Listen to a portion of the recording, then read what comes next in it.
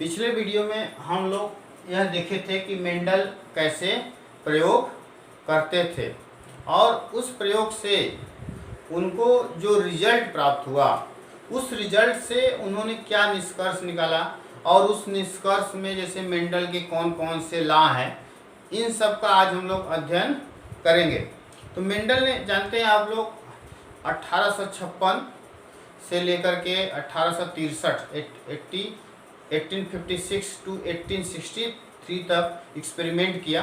7 वर्षों तक उन्होंने एक्सपेरिमेंट किया और 65-66 के बीच में उन्होंने क्या किया, अपना लॉ पब्लिश किया, अपना प्रिंसिपल पब्लिश किया, लॉ ऑफ इनहेरिटेंस। उसी को आज हम लोग देखते हैं कि एक्सपेरिमेंट के बाद उन्होंने क्या निष्कर्ष निकाला। जैसे पहला उन्होंने निष्कर्ष निकाला, जैसे अगर हम देखें मोनोहाइब्रिड क्रॉस।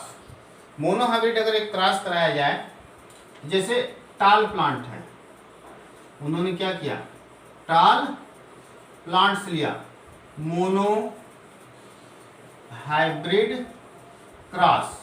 मोनोहाइब्रिड क्रॉस में जैसे आप लोग जानते हैं कि एक ही कैरेक्टर को एक बार में उसको एक ही लक्षण को लिया जाता है क्रॉस करते वक्त। जैसे टाल प्लांट्स एंड ड्वार्फ प्लांट्स उन्होंने लिया। टी इसका है स्मॉल टी। पिछले वीडियो में हम लोग पढ़े थे, जैसे इसको फीमेल बनाया और इसको मेल, और एक पेरेंट है, क्या है, पेरेंट्स।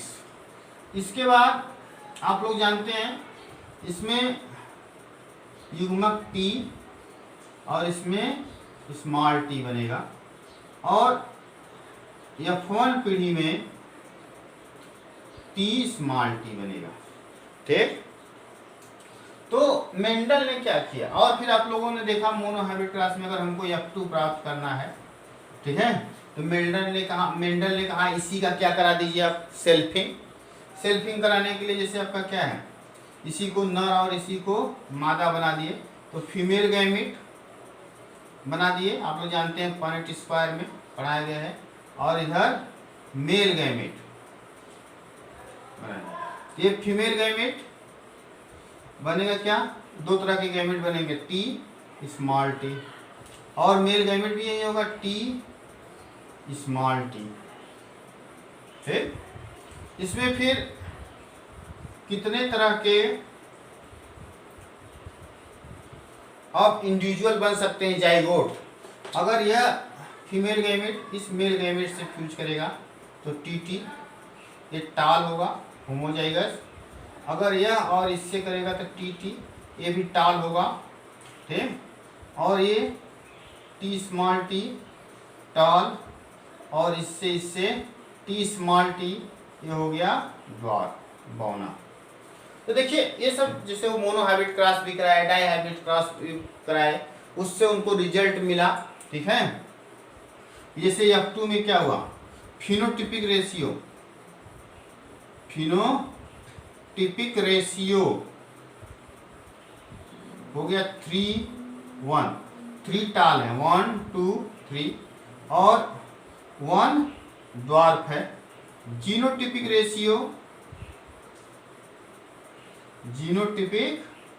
रेशियो क्या है, 1 2 1। 1 होमोजाइगस टाल है, कैपिटल टी, और टी स्मॉल टी ये 2 हैं, हेट्रोजाइगस और स्मॉल टी। इस तरह से मोनोहाइब्रिड क्रॉस का F2 रिजल्ट प्राप्त किया। इन सब एक्सपेरिमेंट करने के बाद और उन्होंने कुछ कंक्लूजन निकाला, मतलब निष्कर्ष पे पहुंचे, और उन्होंने फर्स्ट पास्टुलेट दिया। क्या दिया, फर्स्ट पास्टुलेट्स या फर्स्ट कंक्लूजन। पहला उन्होंने क्या दिया, पहला कंक्लूजन क्या था, उसका निष्कर्ष, उनका पहला निष्कर्ष था, उन्होंने जैसे 7 पेयर जो भी कैरेक्टर थे सबको क्रॉस कराया। जैसे राउंड को अगर लिया और राउंड के बाद उसका रिसेसिव जो रिंकल था दोनों को क्रॉस कराया, तो F1 पीढ़ी में क्या मिला, राउंड।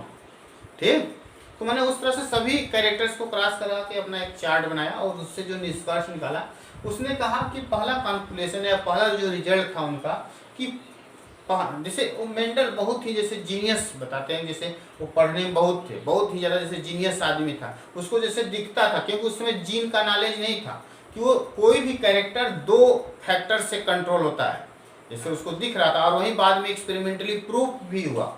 तो उन्होंने कहा कि कोई भी कैरेक्टर हो, जैसे अगर हम कह दें कि स्टेम हाइट एक कैरेक्टर है, यह कैरेक्टर कहा उसने कि 2 यूनिट फैक्टर से कंट्रोल होता है, माने प्रत्येक कैरेक्टर जो होता है ये 2 यूनिट फैक्टर माने 2 इकाई कारक से नियंत्रित होता है। किसने कहा? मेंडल ने, पहला उसका निष्कर्ष नहीं था।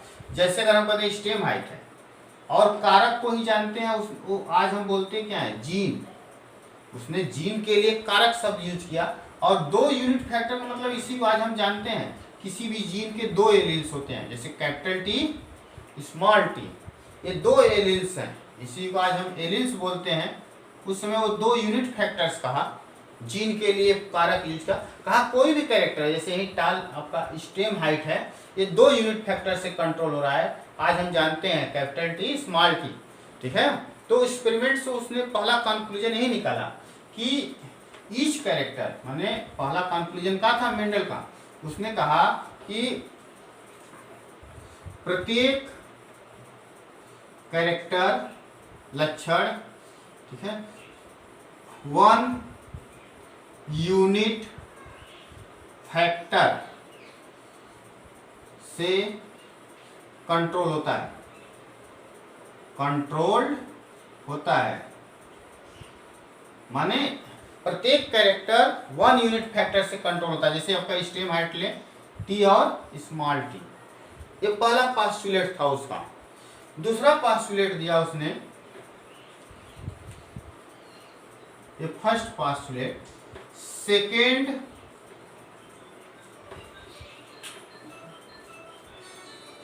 पास्टुलेट, या तो हम सेकेंड कंक्लूजन, ठीक। सेकेंड कंक्लूजन में उसने ये बताया कि अगर हम 2 यूनिट फैक्टर्स, जैसे यहाँ पे है, ये पेरेंट को क्रॉस कराया तो F1 क्या मिला, टी स्मॉल टी। तो यहाँ पे देख रहे हैं दोनों यूनिट फैक्टर है, यहाँ पे एक ही यूनिट फैक्टर कैपिटल टी ही थे और यहाँ स्मॉल टी थे अलग, लेकिन यहाँ पे जो F1 मिला ऑफस्प्रिंग, इसमें दोनों यूनिट फैक्टर आ गए हैं, कैपिटल टी भी स्मॉल टी भी। तो कहा कि हेट्रोजाइगस कंडीशन में टी स्मॉल टी, अगर 2 यूनिट फैक्टर्स, 2 अलग अलग यूनिट फैक्टर किसी एक इंडिविजुअल में हैं, ठीक, तो उसमें एक ही अपने को एक्सप्रेस करेगा, दूसरा एक्सप्रेस नहीं करेगा। इस कंडीशन में क्या करेगा, 1 एक्सप्रेस माने अपने को प्रदर्शित करेगा और अदर नॉट एक्सप्रेस, दूसरा एक्सप्रेस नहीं करेगा इस कंडीशन में। तो जो एक्सप्रेस कर रहा है, जैसे कौन, इसमें इस कंडीशन में देख रहे हैं यहाँ पे कौन क्या दिखेगा, टाल फिनोटाइप दिखेगी, तो ये अपने को एक्सप्रेस कर रहा है, मान लीजिए कैपिटल टी। तो इसको इसने कहा कि ये डोमिनेंस है, और जो एक्सप्रेस नहीं कर रहा, अपने को प्रदर्शित नहीं कर रहा है, वह क्या है, रिसेसिव है, अप्रभावी है, अप्रभावी। ये सभी के केस में होगा। जैसे आर अगर हम कहते राउंड है, स्मॉल आर रिंकल्ड है, तो केवल एक ही एक्सप्रेस करेगा राउंड, ये प्रभावी होगा। जैसे अगर हम कहते हैं कि रेड फ्लावर है, या तो हम कहते हैं कि जैसे आपका सीड का कलर है वाई स्मॉल वाई, तो ये कैपिटल वाई येलो ही दिखेगा पहली पीढ़ी में, इसमें इस कंडीशन में दूसरा लक्षण नहीं दिखेगा। तो जो दिखेगा वही प्रभावी होगा, जो नहीं दिखेगा वो अप्रभावी होगा। तो उसी को मेंडल ने क्या कहा, आपका सेकेंड पास्टुलेट, सेकेंड कंक्लूजन दिया। तो मेंडल ने चूंकि वैसे अभी 2 ही ला दिया था, उसका 2 ही ला लिखा जाता कि 2 ला दिया था उन्होंने, लेकिन इसको भी एनसीईआरटी में लिखता है लॉ ऑफ डोमिनेंस, ठीक, माने प्रभाविता का नियम, प्रभाविता का नियम ये जैसे लिखा है एनसीईआरटी में, प्रभाविता का नियम यही है कि अगर दो कंट्रास्टिंग पेयर्स ट्रेट को, एक ही कैरेक्टर के दो कंट्रास्टिंग ट्रेट को क्रॉस कराते हैं तो F1 में केवल एक ही दिखेगा, जो दिखेगा वो प्रभावी है, जो नहीं दिखेगा वो अप्रभावी है। या तो हम कर सकते हैं कि अगर एक ही कैरेक्टर के दो यूनिट फैक्टर्स, अगर दोनों यूनिट फैक्टर, दो अलग अलग यूनिट फैक्टर एक ही इंडिविजुअल में पाए जा रहे हैं, तो जो अपने को एक ही एक्सप्रेस करेगा दूसरा एक्सप्रेस नहीं करेगा, जो एक्सप्रेस करेगा वो डोमिनेंट है, जो नहीं एक्सप्रेस करेगा वो रिसेसिव है। तो इसके कुछ जैसे आपका अभी हम पढ़ेंगे आगे, इसके एक्सेप्शन भी हैं, अपवाद इसका पूछ देगा। एक्सेप्शन क्या है, जैसे अपवाद है इसका, जैसे इनकम्प्लीट डोमिनेंस, हम पढ़ेंगे आगे, बहुत ही इंपॉर्टेंट है इनकम्प्लीट डोमिनेंस। जैसे मेंडल ने क्या है, मेंडल तो अपना पास्टुलेट दे दिए और 80-84 में मर भी गए, और 1900 में फिर क्या, उनको एक्सपेरिमेंट को कोई जाना नहीं, लेकिन 1900 में जब 3 scientist Carl Correns, Hugo de Vries, Tschermak, इन लोगों ने इनके जो आपका पास्टुलेट थे या तो आपके लॉ थे सबको रीडिस्कवर कर दिया, तो अलग अलग वैज्ञानिक अलग अलग पौधे, अलग अलग जंतुओं पे क्या करने लगे, एक्सपेरिमेंट करने लगे। तो कुछ तो मेंडल के अनुसार माने रिजल्ट आते थे, कुछ मेंडल से अलग रिजल्ट आते थे। तो उसी में जैसे एक मिराबिलिस जलापा प्लांट है, उसमें अगर देखा गया रेड फ्लावर और व्हाइट फ्लावर में जब क्रॉस कराते हैं तो पहली पीढ़ी में पिंक कलर का आया था, जबकि लॉ ऑफ डोमिनेंस कहता है कि इन्हीं दोनों में से कोई ना कोई लक्षण F1 में दिखाई देगा, और जो दिखाई देगा वही क्या है, डोमिनेंट है। तो इनकम्प्लीट डोमिनेंस वहां पाया था, इसको हमको डिटेल में पढ़ना है सभी। फिर कोडोमिनेंस, कोडोमिनेंस भी अपवाद है, ये आपका किसमें, सेकेंड पार्ट। आगे हम लोग देखते हैं थोड़ा डिस्टर्बेंस के कारण।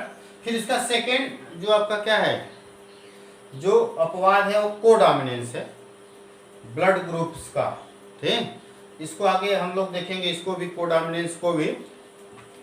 तो ये law of dominance, law of dominance भी इसको एनसीईआरटी में पढ़ाया हुआ है, ठीक। तो इसको हम देख लेंगे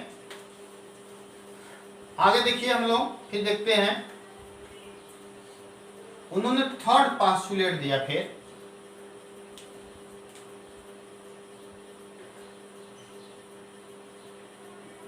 थर्ड पास्टुलेट्स, जैसे इसी को आप लोग जानिएगा, लॉ ऑफ डोमिनेंस, प्रभाविता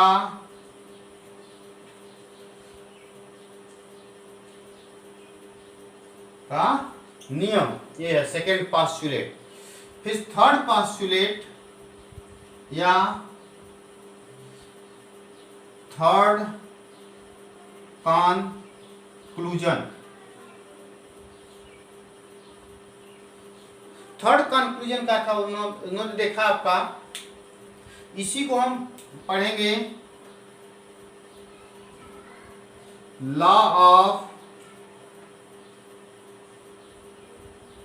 सिग्रीगेशन, लॉ ऑफ सिग्रीगेशन और law of purity of gamete, ठीक। Law of purity of gametes, उसको हिंदी में बोलेंगे जैसे पृथक करण, पृथक करण का नियम, पृथक करण का नियम। या तो इसको हम और बोलते हैं जैसे प्योरिटी ऑफ गैमेट्स का मतलब क्या है कि युग्मक के शुद्धता का नियम। इसमें हुआ क्या, जैसे मेंडल क्या किए, जैसे पेरेंट को लिया उसने प्योर होमोजाइगस टाल प्लांट और होमोजाइगस ड्वार्फ प्लांट, इसको क्रॉस कराने के बाद F1 में क्या मिला, टाल प्लांट, सभी टाल मिले, हैं ये क्या मिले, टाल। तो मेंडल ने सोचा कि ये टाल को जब इसको क्रॉस कराए दोनों को, ये टाल मिला, ये ड्वार्फ कहाँ गया, ठीक, ये ड्वार्फ प्लांट्स आखिर कहाँ गया। तो उसने कहा कि ये खत्म हो गया कि उसी में पड़ा हुआ, उसके लिए उसने सेल्फिंग कराया, सेल्फ क्रॉस कराया इसी को, जो F1 में टाल मिला, मतलब कोई भी कैरेक्टर डोमिनेंट कैरेक्टर मिला, उसको सेल्फिंग कराने के बाद उसने पाया कि F2 में ये ड्वार्फ प्लांट फिर दिखाई दे दिया। तो उससे उसने एक क्लियर कर लिया कि ये जो टाल का ड्वार्फ का जो फैक्टर था ये F1 में खत्म नहीं हुआ था, बल्कि वो उसी में पड़ा हुआ था। लेकिन और जब गैमेट या युग्मक बनते हैं तो ये जोड़े के जो पेयर के यूनिट फैक्टर होते हैं वो अलग हो जाते हैं युग्मक बनते वक्त, और अलग अलग युग्मक में अलग अलग एक जोड़े यूनिट फैक्टर का एक ही गैमेट जाता है, एक जोड़े यूनिट फैक्टर का एक ही यूनिट फैक्टर एक गैमेट में जाता है। एक गैमेट बन गया जैसे या ऐसा कभी भी गैमेट नहीं बनेगा टी स्मॉल टी कि एक ही में दोनों चला जाए, ठीक। या तो अगर हम कहते हैं वाई स्मॉल वाई है आर आर है, तो ऐसा ये नहीं हो सकता है कि वाई वाई हो जाए आर गैमेट, ऐसा गैमेट नहीं बन सकता। इसमें क्या होगा कि जब भी गैमेट बनेगा, जैसे वाई है, ये एक ही माने एक जोड़े यूनिट फैक्टर का एक ही एलिस एक गैमेट में जाता है, या तो एक ही यूनिट फैक्टर, जैसे वाई आर, इसका फिर इसका, फिर वाई, फिर एक फिर इसका एक जाएगा, फिर इसमें small y capital r, small y small r, मतलब एक जोड़ी या एक पेयर यूनिट फैक्टर्स का केवल एक ही यूनिट फैक्टर क्या है गैमेट्स में जाता है, और वह गैमेट्स एक जोड़े यूनिट फैक्टर्स के लिए प्योर होता है, केवल एक ही यूनिट फैक्टर उसमें होता है, एक ही एलिल्स होता है। तो उसी को बोला जाता है कि law of purity of gamete, मतलब जो गैमेट बनते हैं वह यूनिट फैक्टर्स के लिए क्या होते हैं, प्योर होते हैं। और सिग्रीगेशन इसलिए बोलते हैं लॉ ऑफ सिग्रीगेशन, क्योंकि ये गैमेट बनते वक्त क्या होते हैं, जो जोड़े के यूनिट फैक्टर्स होते हैं जो अलग अलग दो, वो क्या होते हैं, सेपरेट हो जाते हैं। तो ये अब जैसे आप लोग अभी पढ़े हैं लॉ ऑफ डोमिनेंस में, जैसे कुछ अपवाद, इनकम्प्लीट डोमिनेंस, को डोमिनेंस, लेकिन इसमें कोई अपवाद नहीं है। जैसे पूछता है कौन सा मेंडल का लॉ यूनिवर्सली सभी जगह एक्सेप्टेड होता है सेक्सुअली रिप्रोडक्टिव ऑर्गेनिज्म में, लेकिन जैसे मैंने क्या होता है नो एक्सेप्शन, इसका कोई अपवाद नहीं है, ठीक, अपवाद। लेकिन जैसे कुछ केस में, बहुत रेयर केस, जैसे आपका है डाउन सिंड्रोम में सब जो होता है वो नॉन डिसजंक्शन ऑफ क्रोमोसोम होता है, non disjunction of chromosome, non disjunction of chromosome जैसे होने के कारण डाउन सिंड्रोम में सब पैदा होते हैं। डाउन सिंड्रोम वहां पे क्या होता है कि ये आपका अपवाद होता है कुछ केसेज में, नहीं तो ये अपवाद इसमें नहीं होते हैं लॉ ऑफ सेग्रीगेशन में, जैसे आपका लॉ ऑफ डोमिनेंस में अपवाद थे। तो ये आपके मैं जैसे 3 पोस्टुलेट पढ़ाया, एक 4 पोस्टुलेट है आपका, वो डाई हाइब्रिड क्रॉस उन्होंने कराया, जैसे मोनो हाइब्रिड क्रॉस कराने पे इस तरह से रिजल्ट आता है, ठीक है। तो डाई हाइब्रिड उसने 2 कैरेक्टर्स लिया, वो थोड़ा सा लंबा है, इसीलिए उसको हम अगले वीडियो में अध्ययन करेंगे। ओके।